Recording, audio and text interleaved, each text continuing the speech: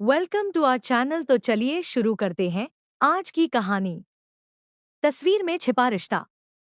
रात के करीब 2 बज चुके थे। प्रोफेसर आरव मेहरा अपने कमरे में खड़े उस तस्वीर को घूर रहे थे। तस्वीर में 10 साल पहले की काव्या थी।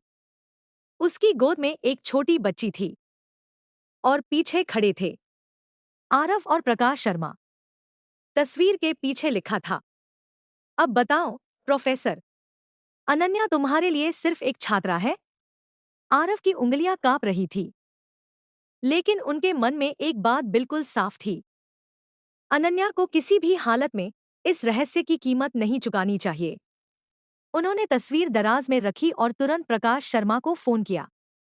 कई बार घंटी बजने के बाद कॉल उठा। आरव।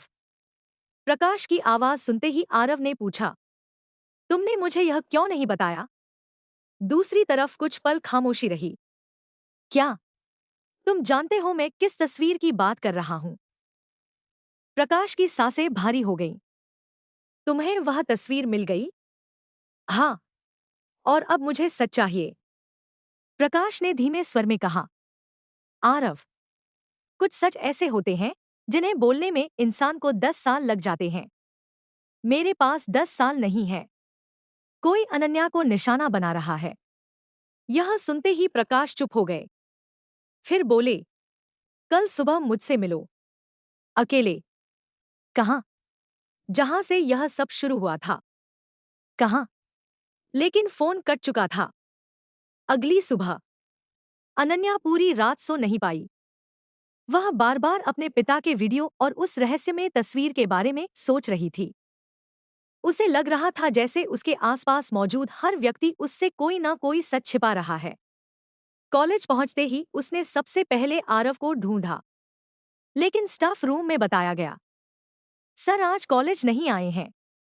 अनन्या हैरान रह गई। उन्होंने कोई छुट्टी ली है? नहीं, बस सुबह एक संदेश आया कि वे कुछ जरूरी काम से बाहर गए हैं। अनन्या का दिल अचानक बैठ गया। उसे महसूस हुआ कि कुछ गलत था। उधर शहर के पुराने हिस्से में एक सुनसान कैफे था। वहीं आरव और प्रकाश आमने सामने बैठे थे। दोनों के बीच वर्षों का बोझ था।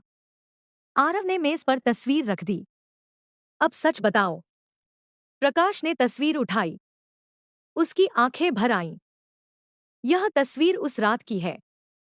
कौन सी रात? 15 अगस्त 2018। आरव की आवाज कठोर हो गई। वही रात जब काव्या गायब हुई थी। प्रकाश ने सिर झुका लिया। हाँ, और यह बच्ची? प्रकाश ने कुछ पल आंखें बंद रखीं। फिर बोले, अनन्या। आरव जैसे पत्थर के हो गए। मुझे पता था, प्रकाश ने तुरंत कहा, लेकिन जिस तरह तुम सोच रहे हो, बात वैसी नहीं है। आरव ने उनकी ओर देखा।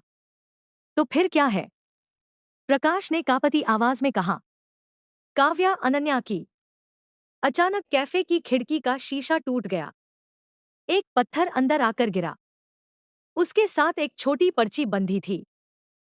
प्रकाश ने उसे उठाया। उस पर लिखा था, कुछ बातें कब्र में ही अच्छी लगती हैं। दोनों एक दूसरे को देखने लगे। आरव तुरंत खड़े हुए। हमें यहां से जाना होगा। इसी बीच कॉलेज में अनन्या और रिया प्रतियोगिता के लिए लाइब्रेरी में बैठी थी। रिया ने पूछा, तू ठीक है?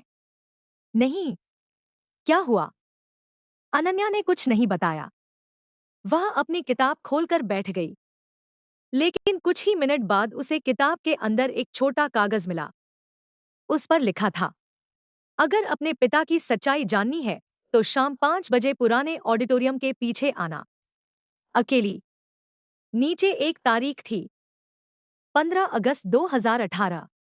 अनन्या का दिल तेजी से धड़कने लगा। उसने पर्ची छिपा ली, लेकिन सामने बैठे विवान ने उसके चेहरे का रंग बदलते देख लिया। क्या हुआ? कुछ नहीं। तुम झूठ बोल रही हो। अनन्या ने उसकी ओर देखा। तुम्हें हर बात में दखल देने की आदत है। विवान शांत हो गया।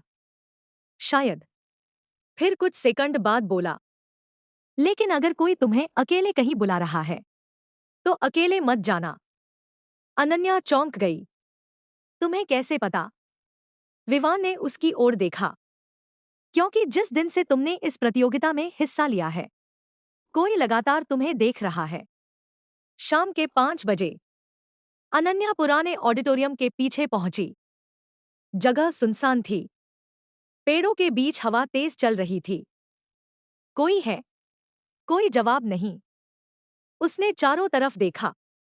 तभी एक पुराना टेप रिकॉर्डर पेड़ के नीचे दिखाई दिया। अनन्या ने उसे उठाया। उसमें पहले से एक रिकॉर्डिंग थी। उसने प्ले बटन दबाया। कुछ सेकंड तक सिर्फ शोर सुनाई दिया। फिर काव्या की आवाज। अनन्या की सांसें रुक गईं। अगर यह रिकॉर्डिंग अनन्या तक पहुंची है, तो शायद अब समय आ गया है। अनन्या की आंखों में आंसू आ गए। काव्या आगे कह रही थी, अनन्या, तुम मुझे शायद कभी याद न कर पाओ, लेकिन मैंने तुम्हें बहुत करीब से देखा है। अनन्या ने आंखें बंद कर ली। तुम्हारे पिता ने तुम्हें हमेशा बचाने की कोशिश की है, लेकिन जिस इंसान से वे तुम्हें बचा रहे हैं, वह अभी भी हमारे बीच है। रिकॉर्डिंग अचानक बंद हो गई। अनन्या घबरा गई। नहीं, आगे क्या हुआ? तभी पीछे से किसी के कदमों की आवाज आई। वह तेजी से मुड़ी। एक व्यक्ति काली जैकेट में खड़ा था, चेहरा ढका हुआ। अनन्या पीछे हटने लगी। तुम कौन हो? वह व्यक्ति धीरे धीरे उसकी ओर बढ़ा। तुम्हें यहां नहीं आना चाहिए था। अनन्या ने पीछे हटते हुए कहा, मेरे पिता के साथ तुम्हारा क्या संबंध है? वह व्यक्ति रुक गया। कुछ सेकंड तक चुप रहा। फिर बोला, तुम्हारे पिता ने तुम्हें पूरी सच्चाई कभी नहीं बताई, तो तुम बताओ। वह व्यक्ति अपना चेहरा ढकने वाला मास्क हटाने ही वाला था। तभी दूर से किसी ने जोर से आवाज लगाई, अनन्या। वह विवान था। रहस्यमय व्यक्ति तुरंत पीछे मुड़ा और भाग गया। विवान उसके पीछे दौड़ा, लेकिन वह अंधेरे में गायब हो चुका था। अनन्या वहीं खड़ी कांप रही थी। विवान उसके पास आया। तुम ठीक हो? अनन्या ने सिर हिलाया। फिर उसने टेप रिकॉर्डर उसकी ओर बढ़ाया। विवान, मुझे लगता है मेरे पिता और इस आदमी के बीच कोई बहुत पुराना संबंध है। विवान ने रिकॉर्डिंग सुनी। उसका चेहरा गंभीर हो गया। हमें यह पुलिस को देना चाहिए, अनन्या ने कहा। हाँ, लेकिन उससे पहले मुझे अपने पिता से बात करनी होगी। उसी रात प्रकाश शर्मा घर लौटे। अनन्या पहले से उनका इंतजार कर रही थी। जैसे ही उन्होंने दरवाजा खोला, अनन्या ने बिना कुछ कहे वह तस्वीर उनके सामने रख दी। प्रकाश की आंखें तस्वीर पर टिक गईं। आपने मुझसे झूठ क्यों बोला? प्रकाश के होंठ कांपने लगे। अनन्या, काव्या कौन थी? बेटा, और मैं उनके लिए इतनी महत्वपूर्ण क्यों थी? प्रकाश ने अपना चेहरा हाथों में छिपा लिया। कई सेकंड तक कमरे में सिर्फ घड़ी की टिक टिक सुनाई देती रही। फिर उन्होंने धीरे से कहा, क्योंकि काव्या। वे रुक गए। अनन्या की आंखों से आंसू बहने लगे। कहिए पापा। प्रकाश ने उसकी ओर देखा और आखिरकार वह सच बोल दिया, जिसे उन्होंने 10 वर्षों से अपने दिल में दबा रखा था। काव्या तुम्हारी माँ की सबसे करीबी दोस्त थी, और तुम्हारे जन्म से पहले उसने तुम्हें बचाने के लिए अपनी जिंदगी खतरे में डाल दी थी। अनन्या स्तब्ध रह गई। लेकिन काव्या ने ऐसा क्यों किया? प्रकाश ने जवाब देने के बजाय एक पुराना लिफाफा निकाला। उस पर लिखा था, अनन्या के 18 वर्ष पूरे होने के बाद ही खोलना। अनन्या की सांसें रुक गईं। यह काव्या ने लिखा था? प्रकाश ने सिर हिलाया। हाँ।